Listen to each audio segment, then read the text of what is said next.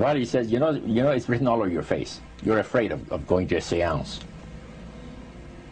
But he says, I know you. He says, you're going to come. And then he started telling me how brave I was when I was aboard ship, you know, different things. He says, you're not the same man, you've changed. You're chicken. That's all I needed to hear. I said, when do we go to a seance? So one Saturday evening, we were in the place. It was the first time. Very beautiful place, a medium. There was a lady. She had a gorgeous new home in Montreal. And there were about 20 invited guests there, which I was one of them. And she communicated with the spirits for different people there.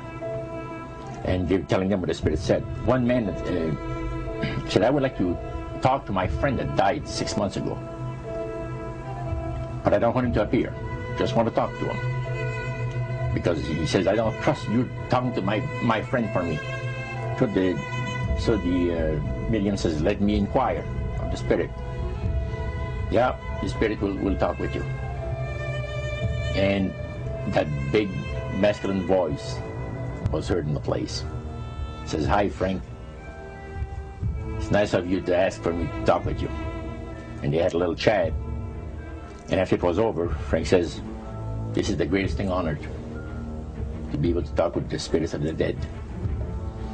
Then the medium said, we have a very special surprise tonight for you people. A spirit will manifest itself openly here in a few minutes. And it's like a big gust of wind hit the building. And right through the wall. Now the lights weren't terribly bright, but they were like living room lights. A couple of floor lamps and maybe some of these. And that translucent being seemed to come right out of the wall. How did you feel right at that moment? It's almost like my heart stopped a little bit. You know, very weird feeling. So it was a lady in a beautiful evening gown, swirling. And she said to Mary, my dear sister, you are so wonderful to have asked for me. And Mary fainted and fell right off her chair on the floor. And a couple of guys jumped up and picked her up, and it's very gone. And that was the beginning of it. That's how you got into it. Yeah, that's the way I got into it. After a while, you see, there's something interesting about the human mind. You can adjust an awful lot of stuff. You can adjust to a lot of things that would terrify you to begin with. After a while, they become common and ordinary. So you mean contact with the supernatural can become commonplace and ordinary and doesn't bother anybody? Yeah. In other words, the more that you do it, you're not uncomfortable. That's right. It's just not an uneasy feeling. Yeah. So how did you feel about it? Then I got into a secret society that worshiped the spirits, you see. Well, now how is that different from the seance, Roger? It happens that the seance are not involving in many ways.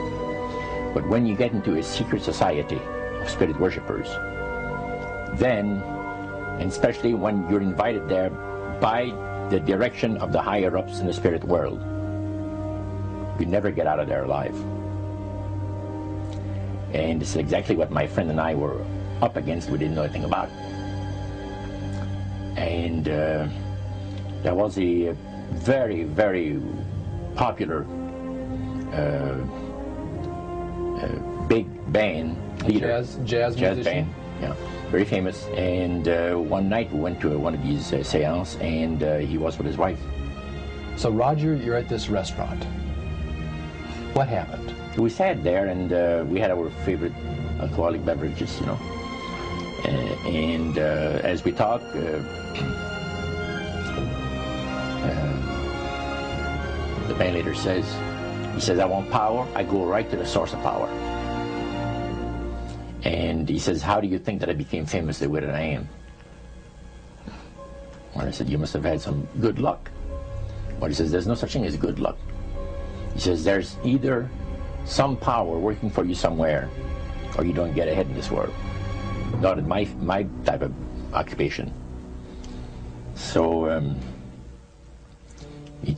it went from there. We got talking about spirit worship. Did it intrigue you? Did it make you want to find out more about what exactly he was talking about? Yeah. So he said the supposed spirits of the dead that you're talking with are demon spirits. They're fallen angels. They're beautiful beings. Just set it out, just like that. Oh, yeah. It didn't make you uneasy when he said they were Well, just it shocked you a little bit, something that you first hear mentioned to you. He said, you guys have got a great future ahead of you. Because we've been told, the high priest of our society, secret society, has been told that the master has very special plans for you too. Now, what did he mean by the master? Satan. And we were interested to hear more about it. And he told us, he says, look, we worship spirits. We worship Lucifer and all his angels. They're just as beautiful as they did before they were cast out of heaven. He says there was a misunderstanding in the whole thing. He says among the inhabitants of the galaxies. And he says our master was misunderstood.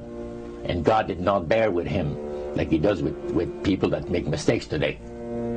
So we're in a warfare, good against evil. And we happen to be the evil ones, but we're not that bad. He says, I look at this business between the forces of good and evil. He says, you believe in one person believes in God, and everyone believes in Lucifer. It's like politics. So the great controversy is real. And you've heard someone talk about it that's on the other side. And to these people, they are sold to the fact that Christ will not return to this planet with power and great glory. He's going to abdicate all claims to the planet, because the high priest once said that Christ will abdicate all claims to the planet because he knows that it is lawfully and rightfully Satan's. And at that time, he says, so the priest says, well, now, he says, for those of you that are new, let me tell you that this is the most feasible way, he says, to please the spirits. It's to deride Christ and his people, and his church and all that. So they sing out of Christian hymnals. They didn't sing Christian words to the hymns, however. Well, they changed a lot of them. Yeah. And not for the good. It's a form of blasphemy. Yeah. Such as you see today in the rock music world. You see the entertainers, they have these crosses. The ladies got earrings, crosses. The guys got crosses. This is a form of blasphemy, a form of deriding Christ. You see. Spirits cause the people to do that, to find pleasure in wearing this type of emblem, which is the cross is the emblem of the crucifixion of Christ to the Christians. Better to reign in hell than serve in heaven, is that it? Why not? I'm here on the ground with my nose in it since the whole thing began. I've nurtured every sensation man has been inspired to have. I cared about what he wanted, and I never judged him. Why? Because I never rejected him. In spite of all his imperfections, I'm a fan of man. I'm a humanist. Maybe the last humanist. Who, in their right mind, Kevin, could possibly deny the 20th century was entirely mine?